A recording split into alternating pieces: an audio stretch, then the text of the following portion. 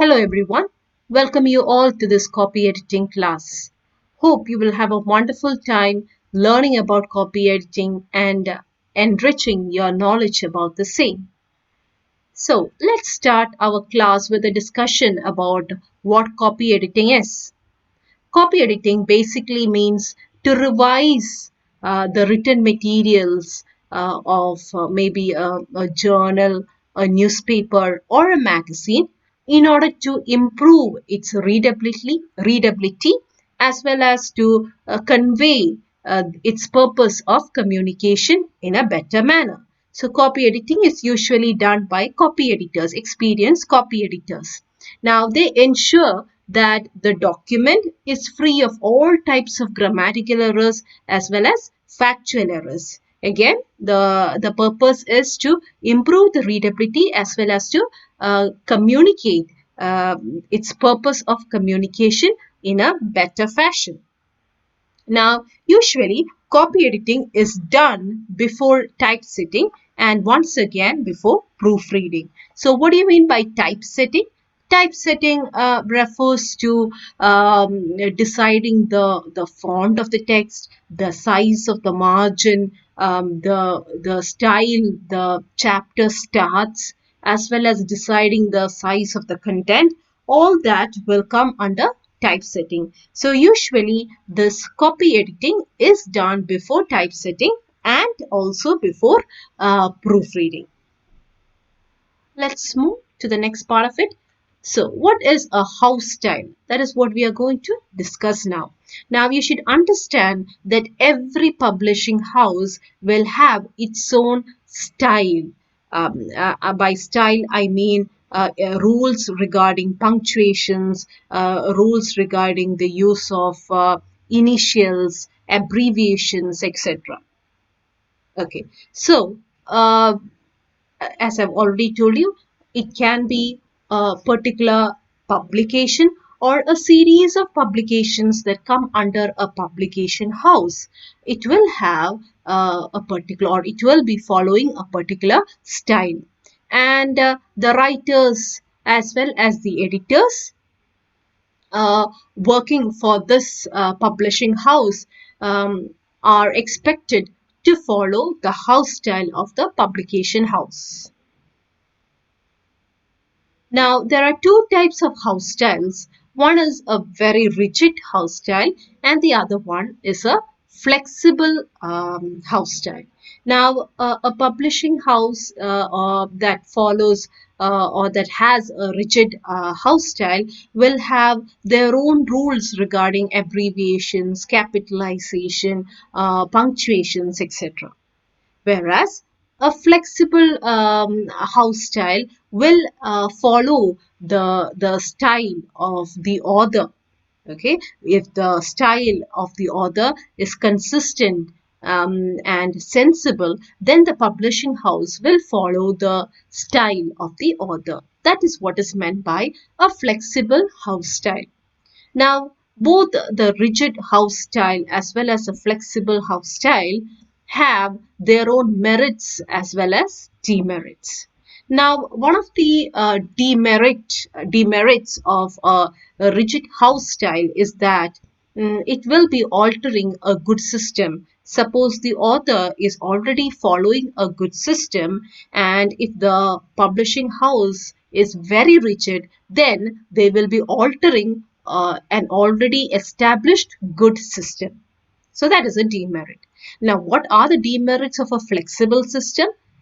One is that the copy editors cannot start the detailed marking straight away because they need to first understand the style followed by the author. Only after the copy editor understands the style followed by the author can he start the marking. Now, if the style followed by the author is not consistent, or whether it is quite unconventional, quite something that is not very familiar to the copy editors, then they would find it very difficult to mark or to edit the book. So these are the demerits of a flexible house style. Now, So what are the recommended solutions for the demerits? One is that the authors can be briefed by the publishing house before they prepare their final draft. So you can or the publishing house can inform the authors about the preference of the publishers, and the authors can also be asked to be consistent in their style throughout. So these are the solutions offered for solving the problems related to house styles. Now, let's check the common rules regarding abbreviations, the rules that are followed by the publication house everywhere. One is that unnecessary abbreviations are avoided. Okay, and whenever unfamiliar abbreviations are used, they are first explained at their first occurrence, and and they are also explained in the list of abbreviations that are given after the text.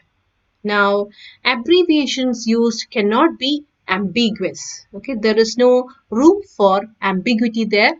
For example, if you use a term like verse, VERSE, and the abbreviation you're giving for it is V dot, it might be confused with the Roman number 5, and therefore it is advisable that you spell verse instead of using the abbreviation. Similarly, spell lines, LINES, if the abbreviation for lines, okay, that is 2L, could look like the Roman number 2. And avoid using FF dot for both folios and following. You cannot use the same abbreviation for both the terms. Now, omission of full points. Let us check the rules regarding the use of full stop or full points.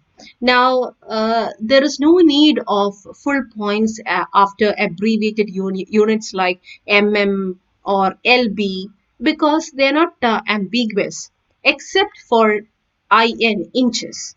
Okay, why? Because IN dot can even be confused with the preposition in. Therefore, it is advisable to use a dot after IN. Now, the plural of abbreviated units will be the same as singular. For example, you write 65 centimeter and not 65 centimeters. Again, in scientific works, you use H to denote R as well as Rs.